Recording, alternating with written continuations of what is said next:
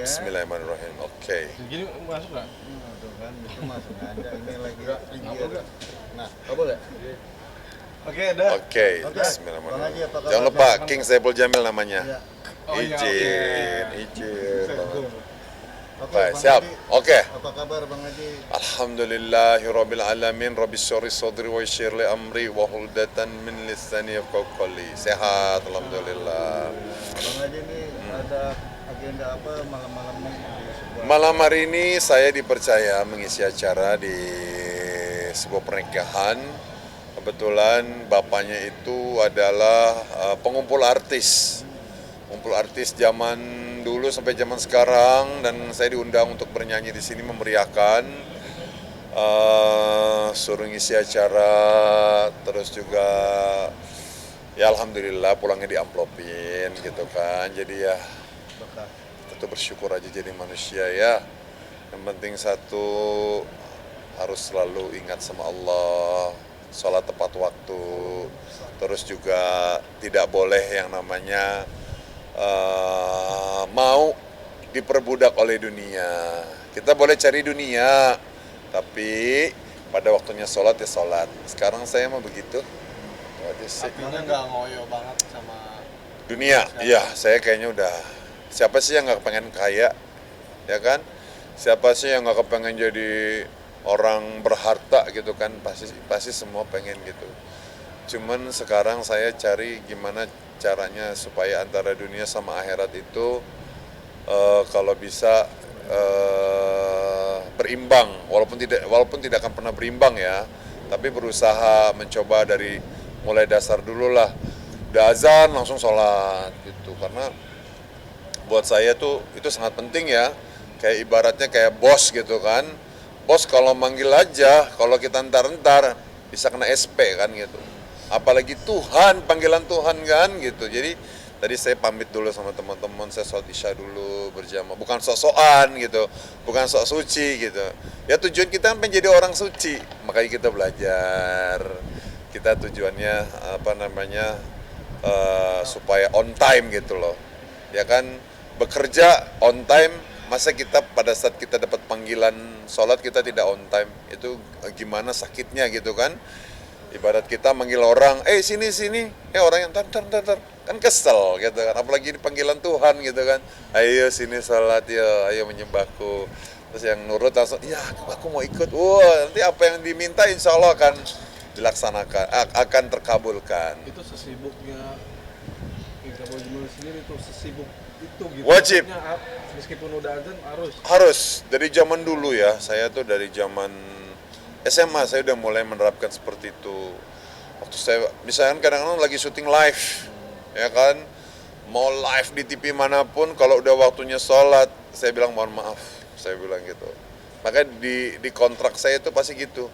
Sorry, ada perjanjiannya saatnya azan sholat, pokoknya nggak bisa ditawar. Alhamdulillah, jadi ya pada saat saya lagi ada masalah, Allah selalu jaga saya. Pada saat Allah lagi nguji saya, Allah jaga saya. Itu dia. Memang sangat pentingnya kita menjaga hablum minallah itu ya, penting gitu. Karena itu sekali lagi bahwa kalau kita dipanggil langsung menghadap, terus udah waktunya kita langsung menghadap, itu tuh kayaknya insya Allah akan jadi ini ya, poin tersendiri. Mudah-mudahan juga teman-teman di rumah juga bisa mengikuti langkah saya, ataupun yang sudah mengikuti langkah saya, mudah-mudahan ditingkatkan lagi keimanannya seperti itu. Karena dunia kan kita tinggalkan. Gue nggak tahu sampai kapan, umur saya itu sampai kapan nggak tahu gitu. Makanya saya nggak mau diperbudak sama dunia. Nah tadi waktunya ada nyanyi, saya bilang saya pamit dulu ya. Yang penting kita kasih tahu dulu sama kanan kiri kita, gitu kan. Jangan tiba-tiba ngilang, nggak ada kabar, terus tiba-tiba kita menghilangkan. Kita tetap kita jaga hablum minanasnya juga kita jaga, terus hablum minallahnya apalagi gitu. dari kemarin kejadian kemarin yang cukup itu bisa dibilang menyita perhatian publik gitu. Masya Allah. Itu bisa jadi pelajaran juga nggak sih, maksudnya ke depan ada hikmah di balik itu. Benar, ini ada hikmah untuk semuanya ya. Untuk kepolisian juga ada hikmahnya, untuk masyarakat juga ada hikmahnya, buat saya pun juga ada hikmahnya. Bahwa pertama gini, dengan ada kejadian kemarin ini bisa menjadi revisi untuk pihak kepolisian pada saat penangkapan, ya kan? Kan biar bagaimanapun kan yang ditangkap itu kan warga, ya kan? Warga itu kan manusia, ya kan, harus memanusiakan, ya kan? Sekeparat-keparatnya manusia atau sekeparat-paratnya maling kan, sebagai yang menangkap itu kan ibaratnya ada aturan mainnya, tidak boleh yang namanya seenaknya. Jadi mudah-mudahan dengan kejadian saya, untuk berikutnya itu harus benar-benar dengan cara memanusiakan manusia. Dan alhamdulillah tadi saya datang ke sebuah acara, di situ banyak teman-teman polisi, mereka juga pada ini juga sih, pada kecewa juga gitu dengan, padahal sesama polisi ya gitu, tapi luar biasa loh. Jadi benar-benar mereka setiap saya ketemu, bang sabar ya gitu, ya saya juga menyesali kejadian gitu. Just ada juga ibu-ibu yang mantan pejabat polisi juga tadi ketemu gitu, semangatnya Yana Ipul gitu, semoga sabar gitu ya, terima kasih banyak ya. Ini mudah-mudahan ada hikmahnya ya. Jadi mudah-mudahan berikutnya mau siapapun, mau artis mau bukan artis, itu kan cuma profesi ya, kalau bisa nanti tidak akan ada yang seperti ini gitu. Karena terus juga jangan main hakim sendiri kan, karena ada hakimnya ya kan. Nanti kasihan kalau hakimnya dilewatin ya, berarti nganggur dong gitu kan. Jadi kan yang bisa menghukum manusia di dunia ini kan hakim, yang bisa memvonis gitu kan. Kalau teman-teman polisi kan hanya menangkap, tapi ya kalau bisa menangkapnya ya harus seperti saya bilang tadi ya, harus benar-benar dengan kesabaran. Terus kita lihat, kecuali kalau musuhnya memang menggunakan senjata tajam, atau musuhnya yang dilawan itu menggunakan pistol atau apa, dilihat dulu lawan. Tapi kalau lawannya nggak punya apa-apa kan kayak gue, cuma megang handphone doang kan, sampai kayak gitu kan ya, sedih juga sih gue ya. Kalau mudah-mudahan tidak ada yang terjadi pada orang lain ya, mudah-mudahan seperti itu. Terus juga ya maksudnya jangan galak-galak lah. Ngelihat video. Masih sakit hati nggak, Ki? Masih sih, pastilah kan. Saya nggak mau bohong ya, saya nggak mau munafik. Saya sakit hati, pasti sakit hati. Sedih pasti sedih gitu diperlakukan seperti itu. Saya bilang gitu loh, kok saya kayak nggak ada harga dirinya gitu. Cuman ya sekali lagi bahwa walaupun mereka sudah menyakiti saya dan alhamdulillah saya negatif ya kan, tapi saya ya udahlah, ujung-ujungnya saya, karena mereka minta maaf ya udah saya maafkan. Mungkin mereka hilaf. Sekali lagi bahwa manusia itu ada tempatnya salah dan lupa. Mungkin pada waktu itu teman-teman capek kali ya, gitu, lelah gitu kan, karena kan kita kejar-kejaran, gitu seperti itu. Tapi sekali lagi bahwa saya dikejar itu bukan karena takut, karena saya dikejar itu cari kantor polisi, karena yang ngejar saya ngaku-ngaku polisi gitu kan. Jadi kalau udah ada klarifikasi memang di polisi, ya udah saya tinggal nanya ini ada apa gitu kan, permasalahannya ada apa. Dan kebetulan saya juga, alhamdulillah saya juga punya bukti ya. Bukti bahwa memang di situ saya tidak ada kaitannya dengan narkoba. Jadi kebetulan saya punya bukti video bikin sendiri. Ya kan kayak zaman-zaman now kan, kalau ada kejadian apa langsung didokumentasiin. Saya juga punya gitu loh. Untuk apa? Untuk pegangan. Pegangan saya bahwa mereka adalah benar-benar mengejarnya itu kayak mengejar caranya rampok gitu. Pertama, mereka itu menggunakan motor tapi motornya tanpa plat. Itu yang saya sangat sesali ya. Itu akhirnya yang menambah saya curiga lagi gitu. Bener ini begal gitu. Kalau polisi kan pasti nomor tetap ada lah walaupun mereka pakai reman kan gitu. Karena kan artinya apa namanya, kok mereka kan polisi gitu, tapi kok nggak pakai plat, kita aja warga negara. Ya kan, jangankan pakai plat, kadang-kadang plat bikinan aja suka ditegur. Apalagi ini nggak ada plat gitu kan. Jadi ya semoga para penegak hukum adalah memberikan contoh yang baik ya untuk kita kepada masyarakat, bahwa gunakanlah motor dengan platnya, gitu, plat yang benar-benar resmi, ya kan, harus ada cap dari apa tuh namanya tuh, Samsat, ya kan. Saya aja mobil begitu tahu kalau kita tuh bikin plat yang namanya plat tambahan, plat palsu itu, setelah saya tahu kalau itu bermasalah, saya nggak pernah lagi bikin plat-plat yang gaya-gayaan, kecuali plat asli tapi didandanin, dirapihin gitu. Tapi perkembangan kasusnya sendiri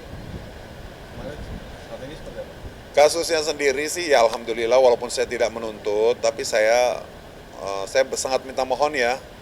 Saya minta mohon sama Bapak Kapolseknya, tolong ini untuk asisten saya. Ya, ini sih dengar-dengar asisten saya tuh tidak ada pasal 127-nya, makanya saya kecewa. 127 itu rehab untuk pemakai.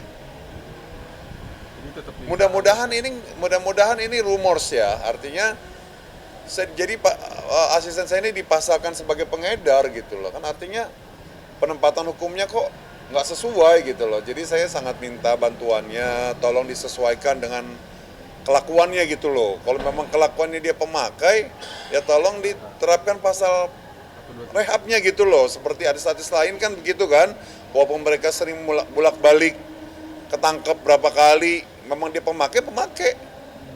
Ya kan, contohnya mohon maaf, Om Tio Pakusadewo udah berapa kali ditangkap kan, tetap pasal 127. Ini asisten saya cuma 0, sekian dan dia memang benar-benar pemakai. Jadi saya minta tolong sama Bapak Kapolri, tolong ditinjau anak buahnya. Jangan salah menerapkan hukuman kepada sang terdakwa. Itu artinya kan tidak amanah. Kalau memang dia pemakai, tolong dikasih lah haknya gitu loh, hak warga negara ini untuk direhab. Gitu saya sangat makanya terima kasih teman-teman wartawan hari mewawancara saya. Mudah-mudahan pasal 127 itu benar-benar ada gitu. Makanya ibunya dari kemarin itu bolak-balik bikin permohonan gitu loh. Dan satu lagi saya pun tidak menuntut gitu loh. Yang penting anak buah saya ini tolong dikasih pasal yang sesuai dengan kejahatannya gitu, pemakai gitu ya. Jadi ibaratnya apa namanya ya pokoknya ya saya berharap seperti itu gitu loh, jangan sampai melenceng gitu loh, jangan pemakai kok disematkannya pengedar, kan nggak nyambung, dan itu kan akan memberatkan lagi gitu, kecuali memang anak buah saya itu pengedar. Sekali lagi saya ngomong seperti ini, saya tetap kasihan, walaupun anak buah saya itu mengecewakan saya, mengecewakan orang tuanya, tapi kita jangan pernah yang namanya ingat kejahatan dong yang dia lakukan, tapi kita harus ingat kebaikannya dia. Sama bertahun-tahun dia mengabdi sama orang tuanya itu kuli cuci baju, ya kan, ngelihat anaknya seperti itu pemakai, sangat ya, menyesal juga sih gitu ya, punya anaknya kok jadi korban penyalahgunaan narkoba gitu. Jadi mudah-mudahan ini ada Bapak Kapolri atau Bapak Kapolda atau Bapak Kapolsek, tolonglah ya, bukan hanya ke anak buah saya aja, tapi buat mereka-mereka yang menjadi korban narkotika, apalagi kan undang-undangnya jelas. Kalau pemakai wajib direhab, tolong saya minta sangat mohon banget. Saya nggak mau pakai nyogok-nyogok, kapok saya. Ya nggak, nyogok itu bisa pidana. Tapi kalau kita bermohon seperti ini, masa iya sih penegak hukum tidak terketuk hatinya gitu. Dengan kata lain, King SJ ini masih memantau atau masih perkembangan dari asistennya? Iya, saya tetap tidak tinggal diam. Saya pengen ada kejelasan hukum untuk asisten saya. Tapi kalau pengedarnya, silakan dihukum seberat-beratnya. Saya setuju. Pengedar bandar itu silakan, kalau perlu hukum mati. Biar tidak ada lagi mengedar-ngedarin di Indonesia. Kasihan ini korbannya ini gitu loh. Ya kan, yang mereka udah sakit-sakit, tiba-tiba dia dihukum badan, kan kasihan. Kalau orang sakit kan diobatin. Saya sangat mohon banget kepada Bapak Kapolri, ya Allah tolong dipantau itu Polsek Tambora dalam menerapkan hukum hukum untuk anak buah saya atau siapapun yang menjadi korban narkoba, tolong diberikan haknya untuk direhabilitasi ya secara murni. Jangan ada nyogok-nyogok, tolong, karena menyogok itu dosa dunia dan akhirat. Dan di undang-undang pun tidak boleh menyogok hakim, tidak boleh menyogok penegak hukum. Tolong kami sebagai masyarakat minta keadilan. Yang wajib direhab, tolong direhab. Jangan dipersulit, mohon banget. Yang salah wajib mengaku salah, yang direhab wajib direhab. Seperti itu. Kalau untuk yang namanya pengedar silakan dihukum seberat-beratnya, saya setuju. Gitu. Bang Haji, ini ada kabar bahagia. Katanya sudah ada program TV yang masuk. Alhamdulillah. Insya Allah hari Senin saya akan mulai program syuting TV Ini berkat doa dari netizen semua yang sudah mulai memberikan kepercayaan pada saya. Mudah-mudahan lancar, tidak ada hambatan apa-apa. Nanti kita kalau seandainya udah tayang, nanti kita selamatan ya. Apa sih programnya? Iya, pokoknya rahasia dah, pokoknya. Tadi sempat ada bocoran katanya kuliner. Ya, untuk sementara modelnya model kuliner yang berkaitan dengan masyarakat. Karena memang saya memang pengen punya program tuh yang benar-benar memasyarakat gitu loh. Yang dekat sama masyarakat, yang membantu masyarakat, yang membantu masyarakat susah jadi kaya. Itu saya seneng kayak begitu. Saya nggak demen yang glamor-glamoran tuh nggak demen. Yang flexing tuh nggak demen. Saya tuh demen yang memang benar-benar kita tuh memasyarakat banget gitu. Bukan karena saya mau jadi calon ini, enggak. Saya enggak. Buat saya kita jadi manusia itu harus berguna untuk orang lain, untuk orang banyak. Kalau kita punya apa, walaupun berbagi sedikit, paling nggak itu bermanfaat gitu. Nah pemirsa, seperti saya bilang tadi, ini acara reunian aktor-aktor laga. Nah salah satunya ini Bang Willy Dozen, ini aktor udah melalang dunia. Dulu dikontrak di Hong Kong lama banget, untung masih bisa bahasa Indonesia nih. Bang Willy apa kabarnya? Ya, terima kasih. Ya, gimana? Yuk, apa pertanyaannya? Gimana sekarang nih, menurut Bang Willy acara ini gimana? Ini kan acara Bang Edi. Wah, luar biasa nih. Ini kayaknya sejuta artis nih kayaknya nih. Jadi ini apa ya? Baru kali ini acara pernikahan. Waduh, ini Edi ini memang ada sejarah sama saya. Jadi lebih kurang 40 tahun lalu kan pernah ikut saya ya. Saya kan menyutradarain film laga. Ini Edi ikut main. Dan kadang-kadang kalau film action ini kan suka nggak sengaja ya, bisa kena ya. Nah itu. Jadi antara aksi dan reaksi kalau nggak fokus, biasanya suka ada cedera. Betul. Dan boleh tanya Edi, 2 kali cedera sama saya sampai masuk rumah sakit dia. Bang Edinya? Iya, masuk rumah sakit. Dan malah dia seneng. Oh gitu. Malah puas katanya. Tanya tuh, minum obat apa katanya dia. Saya minta maaf ya, karena dia mungkin kurang fokus. Jadi ya biasanya ya ada sedikit cedera lah. Gitu ya. Umum tuh. Bang Willy, aku pengen tanya deh, waktu di Hong Kong itu berapa lama di situ? Saya di Hong Kong lebih kurang 5-6 tahun lah. Oh. Jadi ya, Di kontrak ya. memang itu keberuntungan buat saya. Tahun 79 saya diundang ke Hong Kong, main film langsung peran utama. Dan film pertama saya judulnya Crystal Fish. Itu mendapatkan penghargaan film action internasional sebagai the best newcomer. Waduh, mantep. Ya. Kesusahan nggak dialognya kan, soalnya kan Bang Willy kan dari Indonesia. Ya, gitu. begini. Memang ada kesulitan bahasa. Bahasa ya. Waktu dialog karena mereka kan bahasa Mandarin. Oh, ini Jawanya medong banget. Jadi ada skenario itu, tapi untuk saya ada ini translator. Translator tuh manajer saya sendiri, namanya Herman Hung ya. Jadi dia translate ini kalimatnya ini misalkan ya, saya mau pergi ke pasar. Nah, itu berapa kalimat? Saya mau pergi ke pasar. 8 kalimat. Sementara bahasa Mandarin itu cuma woyo cipasa. 3 kalimat. Jadi artinya saya mau pergi ke pasar. Artinya begitu. Tapi kalimatnya kalau saya ucapan bahasa Indonesia kepanjangan. Jadi saya bilang saya mau pergi. Gitu aja, tapi pikiran saya ke pasar. Gitu ya. Ini salah satu kalimat ya. Memang agak sedikit trouble waktu itu ya. Jadi film pertama, kedua, nah ketiga udah mulai lancar karena saya dipanggilkan guru Mandarin. Belajar di situ. Ya, untuk lancar. Gitu ya. Untuk adegan actionnya nggak ada kendala. Ya, itu memang beda ya cara kerja di Hong Kong. Di Hong Kong kerjanya seperti orang Hollywood.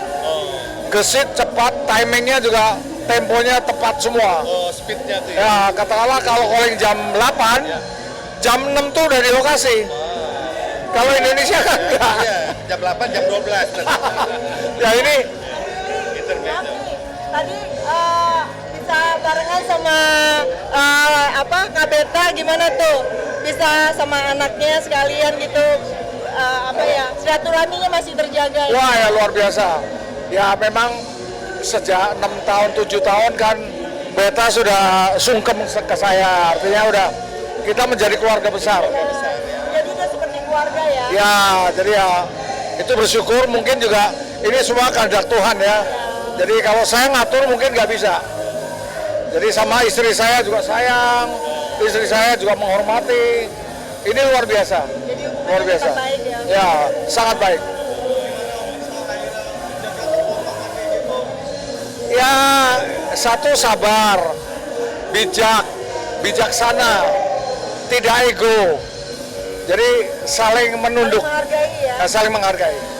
Itu rahasianya itu aja kok. Saya lihat banyak ada tadi artis ngadu ke saya kan, saya gimana soal wah enggak, udah kau bukan kan ada anak, saya bilang saya nggak sebut artisnya siapa ya, ya janganlah dulu kamu baik, kalau cerai itu kan juga karena masalah ya, jadi ya, Anak ada mantan anak. iya janganlah kita Jadi contoh buat kita ya. Oh. Ya baik bukan kita. Walaupun kita udah berpisah, hubungan tetap baik. iya luar biasa.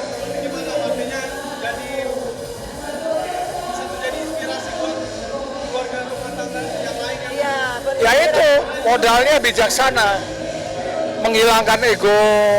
Jadi masa lalu jangan ada dendam. Jadi kita tutup ke depan karena ada anak. Kalau nggak ada anak kan nggak ada hubungan. Nggak ada pengikat ya. Bisa aja berteman aja atau bersahabat aja. Tapi kalau ada anak itu nggak akan lepas, nggak akan putus seumur hidup. Kan dia ibu anak, saya ayah dari anak. Dan Terbukti anak kan? juga ini kan perlu pendidikan dari orang tua. Nah itulah, sama-sama bertanggung jawab sama anaknya. itulah. Sampai sekarang kita baik. Itu harmonis banget sih Om, kelihatannya Luar biasa. keren banget gitu Mas. Ya. Hebat banget gitu Om bisa. Ya itu, ya kita dari kita bijaksana, sabar, menghilangkan ego.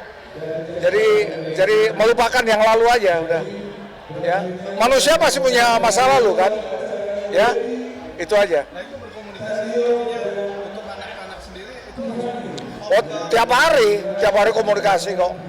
Tiap hari. Tadi kan juga Beta ada acara kan, makanya dia harus ada acara dia. Kalau enggak ya bisa sampai malam. Ya, oke.